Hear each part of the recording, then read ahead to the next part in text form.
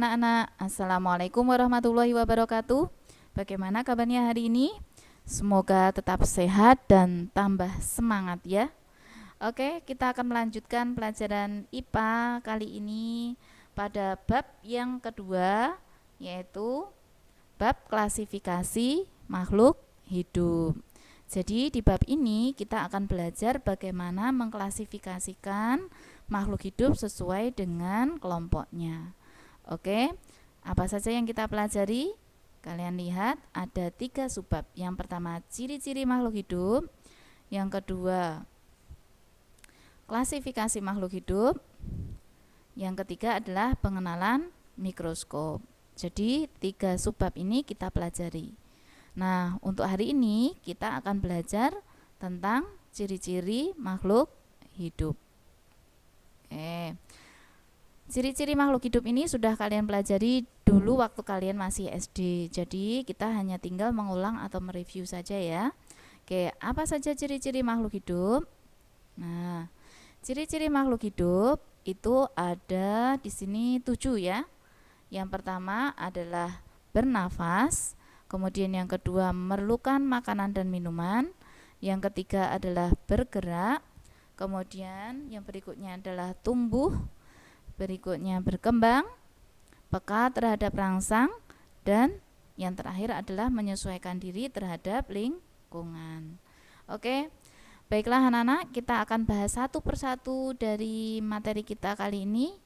Yang pertama adalah tentang bernafas. Oke, setiap makhluk hidup pasti bernafas ya. Lalu apa sih sebenarnya bernafas itu? Nah, kalian lihat. Bernafas adalah proses pengambilan oksigen dari lingkungan dan pengeluaran karbon dioksida beserta uap air. Jadi mengambil dan mengeluarkan udara. Nah, reaksi kimianya sebagai berikut ya. C6H12O6 ditambah 6O2 diolah menjadi 6H2O plus 6CO2 plus energi. Jadi bernafas membutuhkan oksigen, kemudian mengeluarkan uap air dan mengeluarkan karbon dioksida. Oke, kalian lihat contohnya ya. Nah, pada ikan dia bernafas menggunakan insang. Pohon atau tanaman bernafas masuk melalui stomata, kemudian masuk ke dalam daun. Manusia menggunakan paru-paru. Oke. Berikutnya adalah membutuhkan makanan dan minuman.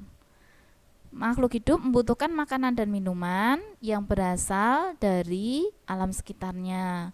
Misalnya tumbuhan, dia membutuhkan zat-zat anorganik yang berada di dalam tanah, yang berupa air, mineral, dan gas karbon dioksida. Sedangkan hewan, dia memerlukan zat organik. Nah, untuk apa sih makan dan minum ini? Dia bisa digunakan untuk mendapatkan energi. Energi untuk apa? Energi digunakan untuk bergerak. Nah, berkembang biak, peka terhadap rangsang dan sebagainya. Nah, kalian lihat ya. Ini ciri makhluk hidup makan. Oke. Nah, kemudian ciri yang berikutnya adalah bergerak. Nah, apa sih gerak itu? Nah, gerak itu ini ya, ada 2, bergerak seluruhnya atau yang disebut dengan gerak aktif. Contohnya adalah berpindah tempat. Kemudian bergerak sebagian, contohnya adalah pada tumbuhan. Jadi tumbuhan tidak berpindah tempat ya, hanya bagian tubuhnya saja. Contoh dari gerak ya, kalian lihat kaki pada sebagian vertebrata pada manusia, ke mamalia dan sebagainya. Sirip pada ikan, sayap pada burung, kaki semu pada amuba proteus. Nah, kalian lihat ya, ini contohnya kaki semu pada amuba. Kemudian pada tumbuhan, contohnya putri malu, dia bergerak mengatupkan daunnya. Oke, berikutnya. Apa ciri berikutnya? Yaitu tumbuh dan berkembang biak. Nah, tumbuh itu merupakan proses pertambahan ukuran ya anak-anak ya, atau biomasa. Tubuhnya bersifat tidak dapat kembali. Jadi kalau sudah besar tidak mungkin mengecil. Nah, itu ya. Kemudian gejala tumbuh dapat diukur dari pertambahan panjang, tinggi, dan berat tubuh. Kemudian sedangkan perkembangan itu adalah perubahan menuju dewasa. Nah, atau adanya perubahan kemampuan kemampuan beraktivitas tubuhnya. Nah, kalau pertumbuhan bersifat kuantitatif sedangkan perkembangan bersifat kualitatif. Oke. Berikutnya contohnya ini pada tumbuhan dan hewan. Ya. Ciri berikutnya peka terhadap rangsang. Nah, peka terhadap rangsang, kemampuan makhluk hidup untuk memberikan tanggapan atau respon terhadap stimulus yang terimanya dari lingkungan. Nah, stimulus atau rangsangan ini karena ada perubahan maka terjadi reaksi.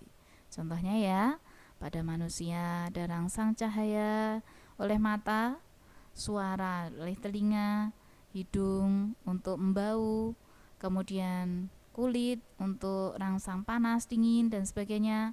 Kemudian rasa menggunakan lidah. Oke, kalau pada tumbuhan kalian lihat ada lebah yang mencium bau nektar. Nah, dia tahu gitu ya. Kemudian daun putri malu karena ada rangsang yang berupa sentuhan, maka dia akan mengatupkan daunnya. Oke, berikutnya melakukan adaptasi. Nah, adaptasi ini adalah menyesuaikan diri terhadap lingkungannya.